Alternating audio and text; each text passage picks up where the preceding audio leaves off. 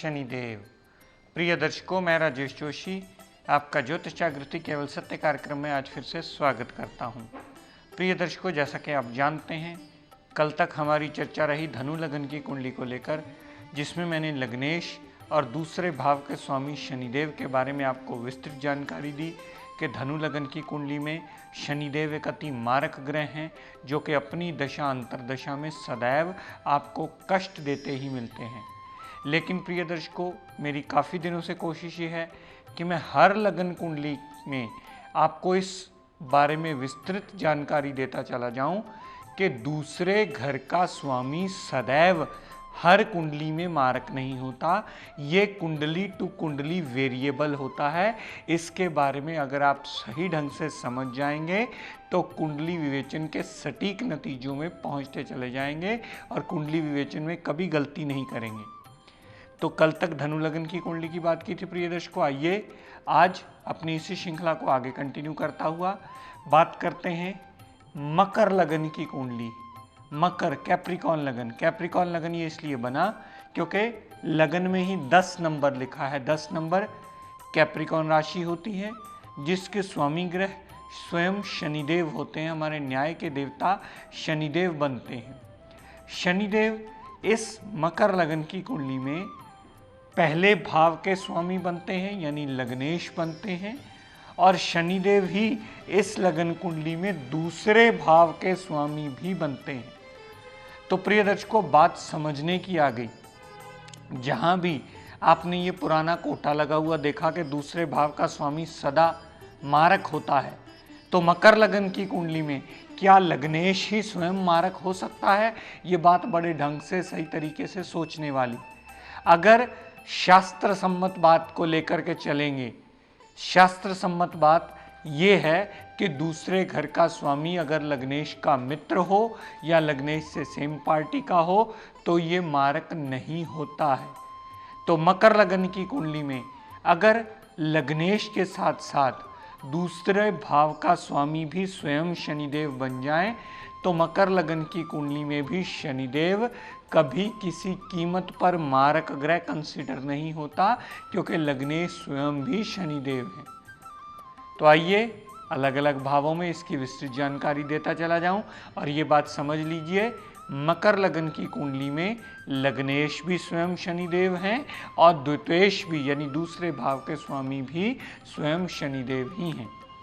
अगर मकर लगन की कुंडली में लगन में ही शनिदेव विराजमान हो, यानी पहले और दूसरे भाव के स्वामी लगन में विराजमान हो, तो शनिदेव यहाँ ससा या सासा नाम का एक पंच महापुरुष योग बना लेते हैं।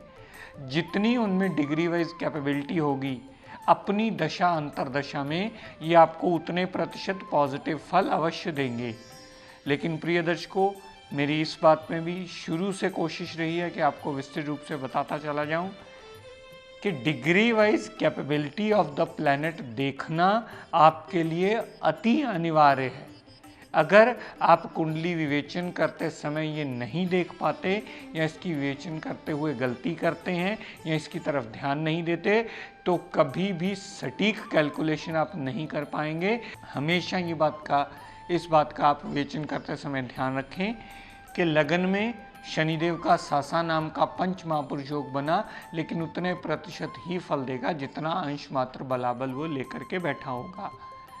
दर्शकों, यही शनिदेव अगर कुंडली के दूसरे भाव में विराजमान हो, दूसरा भाव शनिदेव की मूल त्रिकोण राशि का भाव, कुंभ राशि शनिदेव की मूल त्रिकोण राशि मानी जाती है, और दूसरे भाव में शनिदेव का विराजमान होना अपने आप में बहुत बड़ा अच्छा योग बनाता है। जातक को धन की कमी कभी नहीं आती। जातक का परिवार उसका पूर्ण साथ देने वाला होता है।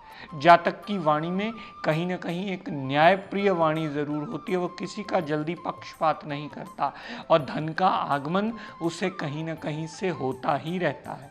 ऐसे सारे एडवांटेज जातक को अवश्य मिलते हैं अगर जातक के शनिदेव जो लगन और दूसरे भाव के स्वामी स्वयं दूसरे भाव में ही विराजमान हो। तो दर्शकों, स्थितियां लेकिन बदल जाएंगी अगर शनिदेव कुंडली के चौथे भाव में विराजमान हो।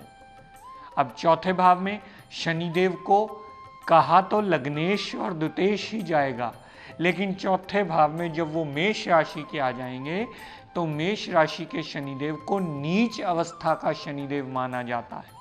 मेष राशि में शनिदेव नीच के हो जाते हैं और कभी भी अपनी दशा अंतर्दशा में शुभ फलकारी नहीं होते, वो सदैव अशुभता के ही फल देते हैं। अगर आपके शनिदेव नीच अवस्था में पड़े हों और ऊपर से आपने नीलम धारण करने की गलती कर ली, अगर शनिदेव उदय अवस्था में हुए तो आपके कष्टों में कई गुना बढ़ोतरी होगी, क्योंकि नीचता को बल दिया जाएगा तो और ज़्यादा प्रॉब्लम्स वो देते ही मिलेंगे। हाँ, अगर अस्त अवस्था है तो आप इसे धारण कर सकते हैं, लेकिन अगर चौथे भाव में शनिदेव नीच के उदय अवस्था में पड़े हैं तो नीलम धारण करने की भूल सारी जिंदगी कदापि मत कीजिएगा। यही शनिदेव अपनी दशा अंतर्दशा में आपको मृत्यु तुल्य कष्ट देते मिलेंगे। तो फिर इसका हल क्या किया जाए? अगर चौथे भाव में शनिदेव नीच के विराजमान हैं तो कैसे इनके पाप प्रभाव से छुटकारा पाया जाए या उसे कम करके इतना डिक्रीजिंग वे में लाया जाए कि हमारा जीवन जीने लायक बने। अगर चौथे भाव में नीच के शनिदेव उदय अवस्था में विराजमान हो तो चौथे भाव में सदैव ख्याल रखिएगा कि शनिदेव का पाठ पूजन कीजिए, शनिदेव का सिमरण कीजिए, शनिदेव के व्रत कीजिए, शनिदेव की आरती कीजिए, शनिदेव के मंदिर जाकर हर शनिवार को माथा टेकने की आदत बनाइए। कभी भी किसी भी 4th क्लास एम्प्लॉय से, बैगर से, काम वाली से, झाड़ू वाली से, कचरे वाली से, मंदिर गुरुद्वारे के बाहर बैठे भिखारी से, किसी से भी कभी आर्गुमेंट मत कीजिए, किसी से लड़ाई झगड़ा ऊंचा नीवा बोलिए मत, ताकि ये आपके लिए कष्टकारी स्थिति और न बढ़ाए। क्योंकि रिलेशंस में साक्षात 4th class employ Shanidev represent उनको करते हैं। 4th क्लास एम्प्लॉयज़ रिप्रेजेंटेटिव माने जाते हैं शनिदेव, और अगर आप उनसे बैसते हैं, लड़ते हैं, किसी आर्गुमेंट में पड़ते हैं तो कहीं ना कहीं शनिदेव के कुपात्र, कुदृष्टि के पात्र आप स्वयं बन जाते हैं। तो यहाँ पर अगर आप उनसे रिलेशन ठीक रखते हैं, उनसे ह्यूमन बीइंग की तरह बिहेवियर करके उन्हें एक नॉर्मल ह्यूमन बीइंग की तरह ट्रीट करते हैं, तब शनिदेव का पाप प्रभाव शांत होगा और आपका जीवन जीने लायक बनेगा। क्योंकि रिलेशंस को अगर साथ में पैरेलली आप लेकर के चलेंगे तभी आपको पॉजिटिव रिजल्ट देने में वो ज़्यादा सक्षम हो पाएंगे। मैंने बहुत सारी बार पहले भी आपको बताया है कि बहुत सारे केसेस में हमने लाइव देखा है कि लोग उपायों पर तो बहुत ज़्यादा स्ट्रेस देते हैं, लेकिन उस ग्रह से जुड़े हुए रिश्तों की तरफ ध्यान नहीं देते, और वहाँ हमारी सबसे बड़ी भूल होती है।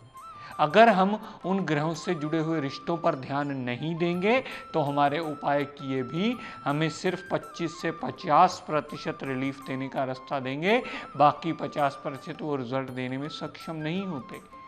तो इसलिए कृपया ध्यान दें, जिनका भी शनिदेव नीच का विराजमान है या किसी ऐसी अवस्था में विराजमान है जहां वो आपको खराब रिजल्ट देने में सक्षम होगा, वहां आप इन रिश्तों को अवश्य सुधारिए ताकि आपका जीवन जीने लायक बने और शनिदेव की कुदृष्टि आप पर ज़्यादा ना पड़े और आपका जीवन सुखमय हो पाए। दर्शकों, यही शनिदेव अगर कुंडली के पंचम भाव में विराजमान हो, लगन लॉर्ड का पंचम भाव में विराजमान होना, दूसरे भाव का पंचम भाव में विराजमान होना, त्रिकोण भाव के स्वामी का त्रिकोण में ही विराजमान होना सदैव आपके लिए शुभ फलकारी होता है। संतान से लाभ मिलता है, संतान को संतान का सुख मिलता है।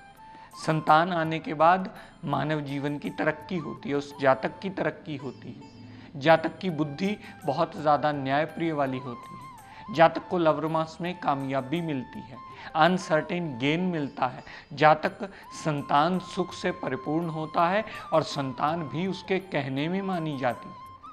तो पंचम भाव के रिगार्डिंग सारे पॉजिटिव रिजल्ट उस जातक को अवश्य मिलते हैं। यहाँ से जितनी दृष्टि, तीसरी दृष्टि सप्तम भाव पर पड़ी एडवांटेज, सातवीं दृष्टि 11वें भाव पर पड़ी एडवांटेज, और दशम दृष्टि जो दूसरे भाव पर पड़ी उसका भी शनिदेव एडवांटेज ही देते मिलते हैं। तो पंचम भाव संबंधी शनिदेव का विराजमान होना पंचम भाव संबंधी सारे सुखों को आपकी तरफ करता है और जातक पंचम भाव के संबंधी सारे रिजल्ट्स पॉजिटिव ज़रूर अपनी जीवन यापन में गेन करता है शनिदेव की दशा और अंतर्दशा में। दर्शकों, यही शनिदेव अगर कुंडली के सप्तम भाव में विराजमान हो, कर्क राशि, सप्तम भाव में शनिदेव का विराजमान होना भी शुभ माना जाता है, क्योंकि लग्नेश और द्वितेश, सप्तम भाव में शनिदेव का होना पार्टनरशिप के लिए अच्छा, डेली वेजेस के लिए अच्छा, आपकी दाम्पत्य सुख के लिए भी शुभ फलकारी माना जाता है। सप्तम भाव से जितनी दृष्टि सातवीं व लगन पर डालता है तो जातक की पर्सनैलिटी एक न्यायप्रिय पर्सनैलिटी बन जाती है। जातक कभी किसी का पक्षपात नहीं करता, जो बात सच है उसी पर अडिग रहता है और उसके माध्यम से ही अपनी एक अलग पहचान बनाता है। जातक का सच बोलने की प्रवृत्ति का कारण ही वो अपने आसपास के लोगों में अलग पहचान बना लेता है। तो सप्तम भाव में पड़े हुए शनि देवता भी हमें पूर्णतः एडवांटेज के रिजल्ट ही देते हैं। दर्शकों, यही शनिदेव अगर कुंडली के नवम भाव में विराजमान हो, अगर नवम भाव में शनिदेव विराजमान हो तो त्रिकोण के स्वामी त्रिकोण में आ गए। ऐसा जातक बहुत भाग्यवान माना जाता है, पिता की केयर करने वाला माना जाता है, धर्म को मानने वाला माना जाता है। ऐसा जातक धार्मिक यात्राएं भी करता है, विदेश यात्रा करके भी लाभान्वित अवश्य होता है। ऐसा जातक को कहा जाता है कि अगर पिता की आज्ञा के अंडर रहोगे तो सदैव कामयाबी आपके कदम चूमेगी। शनिदेव की दशा अंतर्दशा में जितना शनिदेव में डिग्री वाइज क्षमता और बलाबल होगा, उतने प्रतिशत शनिदेव पॉजिटिव रिजल्ट देने में आपको बाध्य माने जाते हैं।